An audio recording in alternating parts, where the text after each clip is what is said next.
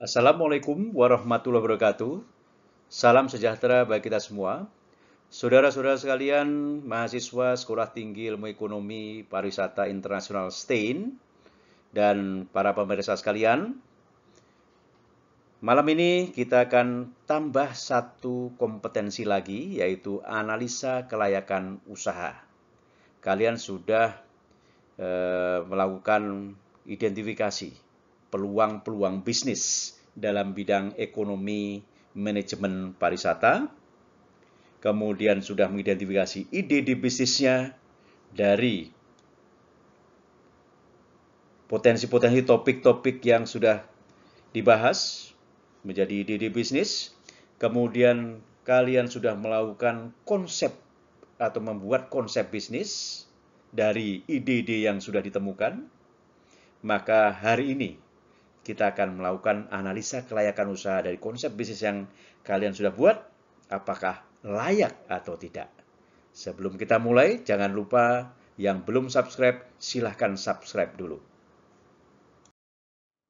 Sebelum kita melakukan analisa kelayakan usaha, mari kita lihat prinsip-prinsip dari kelayakan usaha.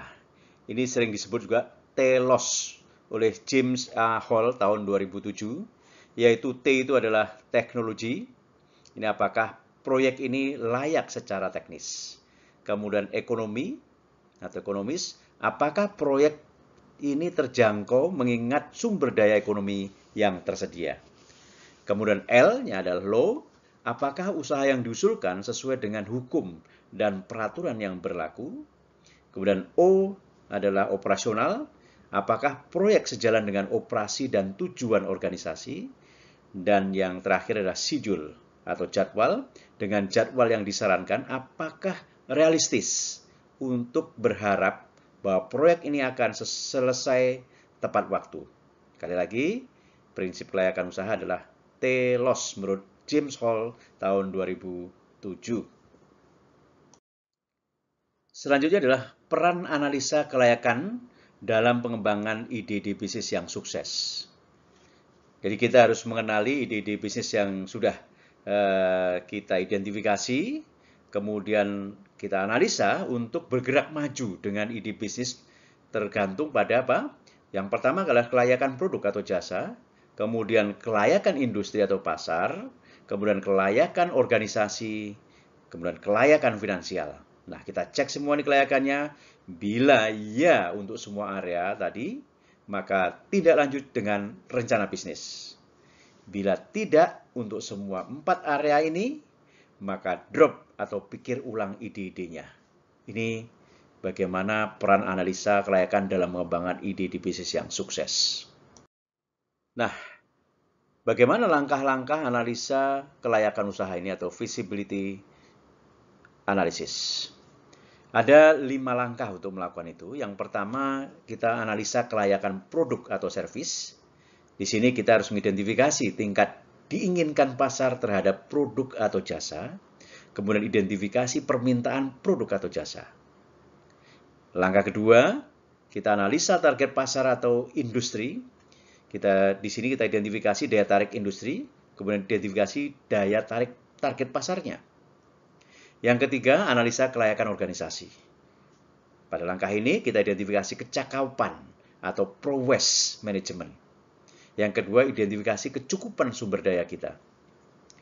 Kemudian yang keempat adalah analisa kelayakan finansial.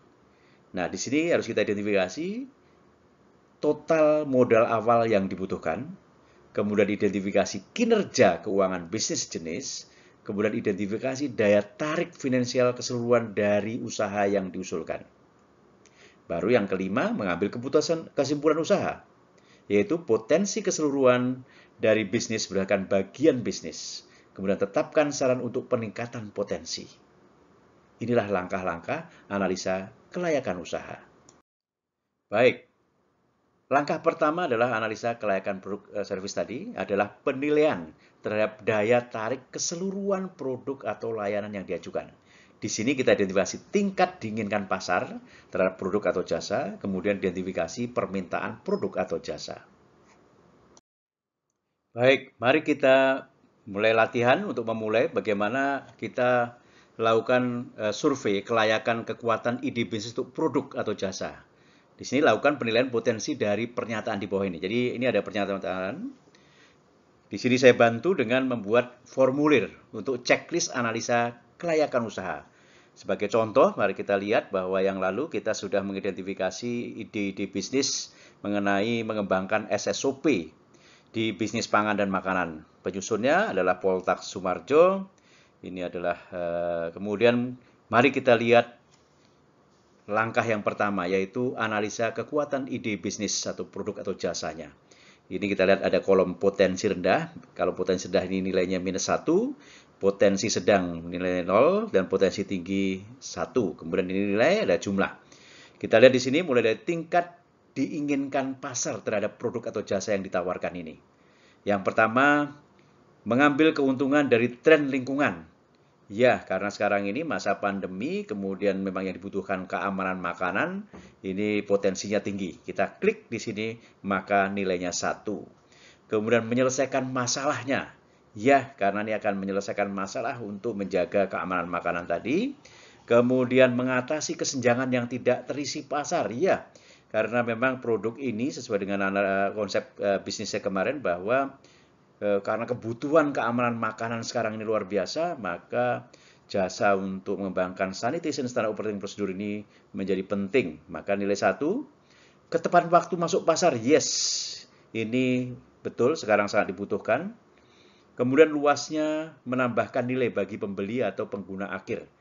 Ya, gagasan ini menambah nilai karena dengan ada jaminan produk dari makanan tadi, keamanannya, maka dia akan baik. Sehingga ini tinggi. Kemudian sejauh mana pelanggan puas dengan produk pesaing yang sudah tersedia. Ya, ini kita tidak mendapatkan data banyak, tapi potensinya sedang. Sehingga nilainya di sini sedang, maka nilainya 0. Kemudian sejauh mana ide tersebut mewajibkan pelanggan nantinya untuk mengubah praktek dasar atau perilaku mereka. Ya, ini akan mengubah pola dasar bagaimana menjaga sanitasi hygiene di industri atau di bisnis makanan ini. Sehingga nilainya 1. Maka kalau kita total semua adalah tingkat dingin pasar ini nilainya 6. Kemudian kita lihat permintaan produk atau jasa di survei langsung atau online, gitu bisa. Ini seberapa besar kemungkinan pasar akan membeli produk atau layanan yang ditawarkan. Ya, kemungkinan besar tinggi karena memang sangat dibutuhkan jasa ini. Maka nilainya kita klik 1. Kemudian bagaimana mereka bersedia membayar untuk produk atau layanan ini? Ya, mereka pasti mau membayar dengan jaminan keamanan makanannya.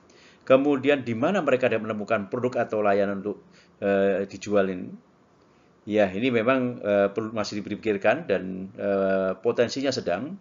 Maka kita pilih klik di sini, maka 0. Maka nilainya 2. Kemudian kalau kita jumlah 11 dan 12, maka jumlahnya ini ada 8. Maka rata-rata analisa kekuatan di bisnis ini sama dengan 4. Ini adalah kelayakan kekuatan ide bisnis produk atau jasa. Kemudian pada langkah kedua, yaitu analisa kelayakan target pasar atau industri. Ada 2 hal yang harus kita identifikasi, yaitu yang pertama adalah daya tarik industri, yang kedua adalah daya tarik target pasar. Baik, mari kita survei untuk yang analisa kelayakan target pasar atau industri ini. Kita lihat di sini untuk kelayakan target industri ada 2. Yang pertama 21 mulai daya tarik industri. Kita lihat jumlah kompetitor seperti apa. Ya, ini kira-kira sedang.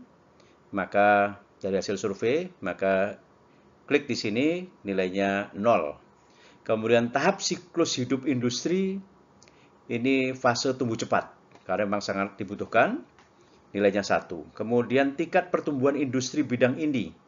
Ini pertumbuhannya sedang pada umumnya. Kemudian, sehingga nilainya 0. Pentingnya produk atau jasa layanan industri kepada pelanggan. Sekarang ini memang harus memiliki mereka, apakah ambivalen, sebaiknya memiliki atau harus memiliki. Mereka harus memiliki jasa ini. Yaitu sehingga 1. Kemudian margin operasi industri sedang, jadi ini sehingga nilainya 0. Maka nilai totalnya untuk daya tarik industri adalah 0. Kemudian kalau daya tarik daya tarik target pasar dan konsumen. Yang pertama, identifikasi target pasar untuk usaha yang baru diusulkan. Ini teridentifikasi potensi tinggi, yaitu nilai 1. Kemampuan untuk menciptakan penghalang untuk masuk bagi pesaing potensinya tidak mampu menciptakan, maka nilainya -1. Kemudian daya beli pelanggan, ini sedang, ya, 0, sehingga nilainya. Kemudahan membuat pelanggan sadar akan produk atau kelayakan baru, ini sedang, maka 0. Kemudian potensi pertumbuhan target pasar tinggi, ini 1. Sehingga kalau dijumlah nilai 1. 1 di sini. Kemudian kita jumlah di sini sama dengan 1 dibagi rata-rata keduanya, maka nilainya setengah, ya, atau 0,5. Kemudian pada langkah ketiga, analisa kelayakan organisasi. Di sini identifikasi ada 2, yaitu identifikasi kecakapan atau prowess management. Di sini kita lihat hasrat yang dimiliki oleh wira swasta atau tim manajemen untuk ide bisnis. Dan sejauh mana tim manajemen atau pengusaha solo memahami pasar di mana perusahaan akan berpartisipasi. Kemudian yang kedua, mengidentifikasi kecukupan sumber daya, karyawan dengan kompetensi spesifik, kita identifikasi. Kemudian perlindungan properti intelektual pada aspek kunci bisnis, ini tidak perlu pada saat pemula, ya. Ini bagaimana perlindungannya. Itu, mari kita lihat, kita survei mengenai kelayakan organisasi. Nah, pada survei ketiga, kelayakan organisasi ini dari jasa keamanan SSOP, Sanitation Standard Operating Procedure, ada 2 juga mengenai analisa kelayakan organisasi. Yang pertama, kecakapan atau prowess management. Ini kita lihat di sana pendiri atau pengalaman pendiri dalam industri seperti apa. Pengalamannya sedang, oke, nah kan nilainya 0. Kemudian pendiri atau keterampilan pendiri berkaitan dengan produk jasa yang diusulkan ini seperti apa? Terampil, sudah terampil mengenai SSOP ini, nilainya 1. Kemudian sejauh mana jaringan profesional dan sosial pendiri atau pendirinya di industri yang relevan. Ini luas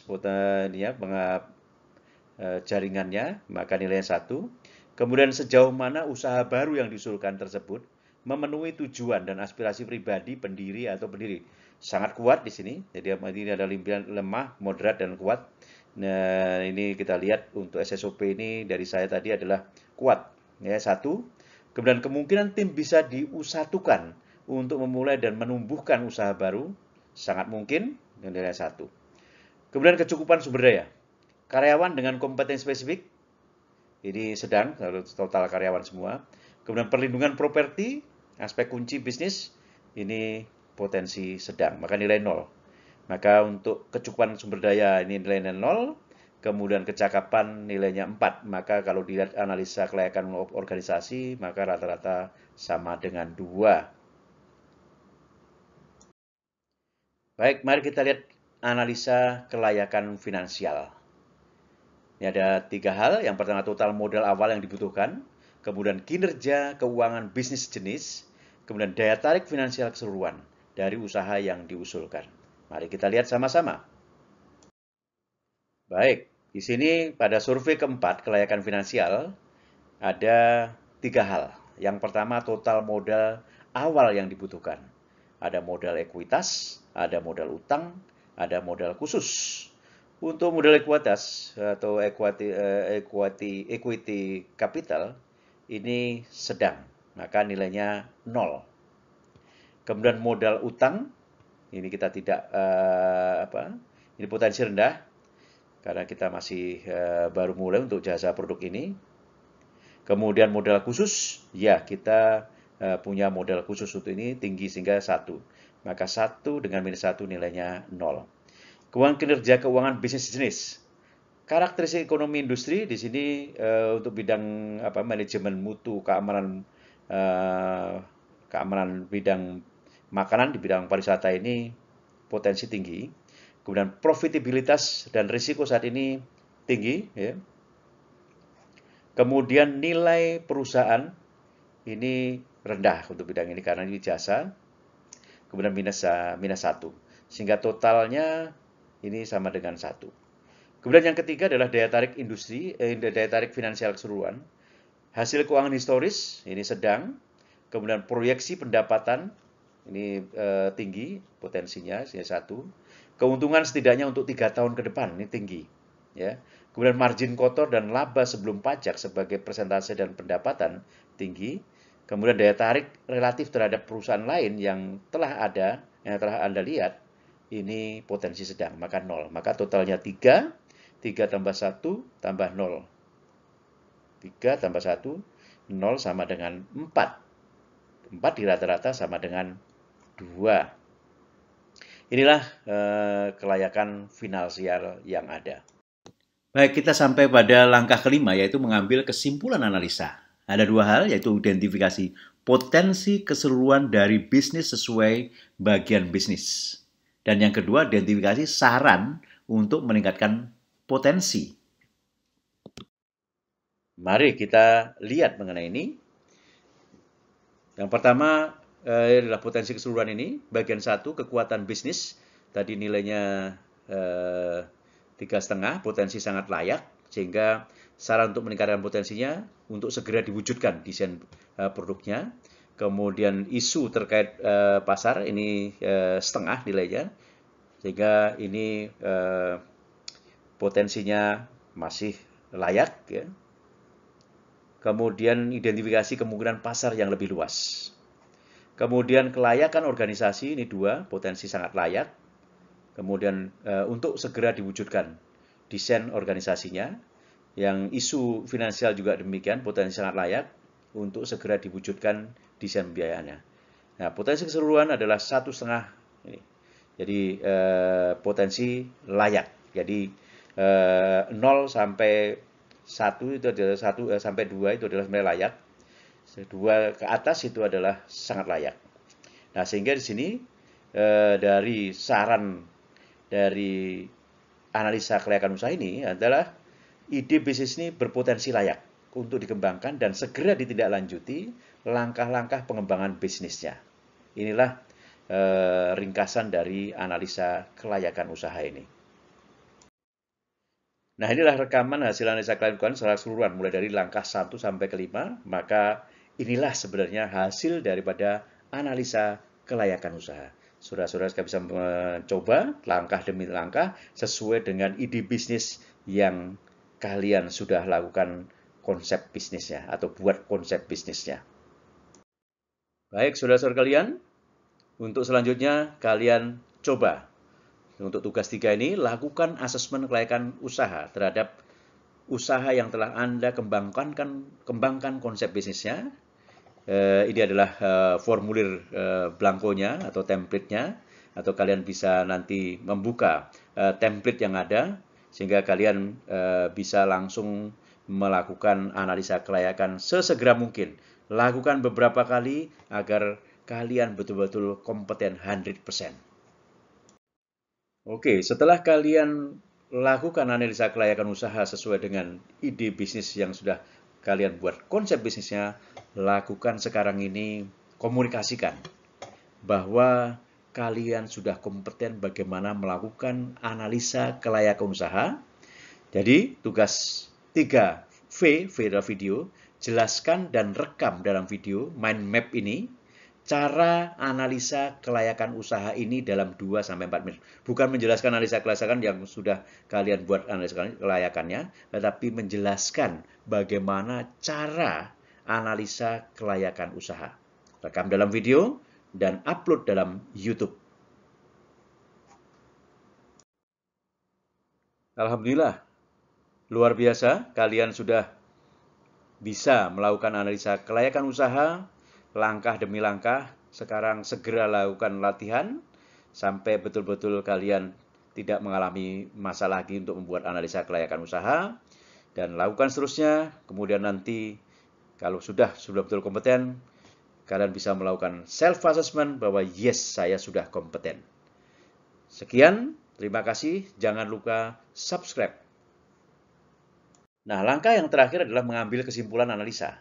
Ada 2 tahap. Yang pertama, identifikasi potensi keseluruhan dari bisnis sesuai dengan bagian bisnisnya, kemudian identifikasi saran untuk meningkatkan potensi.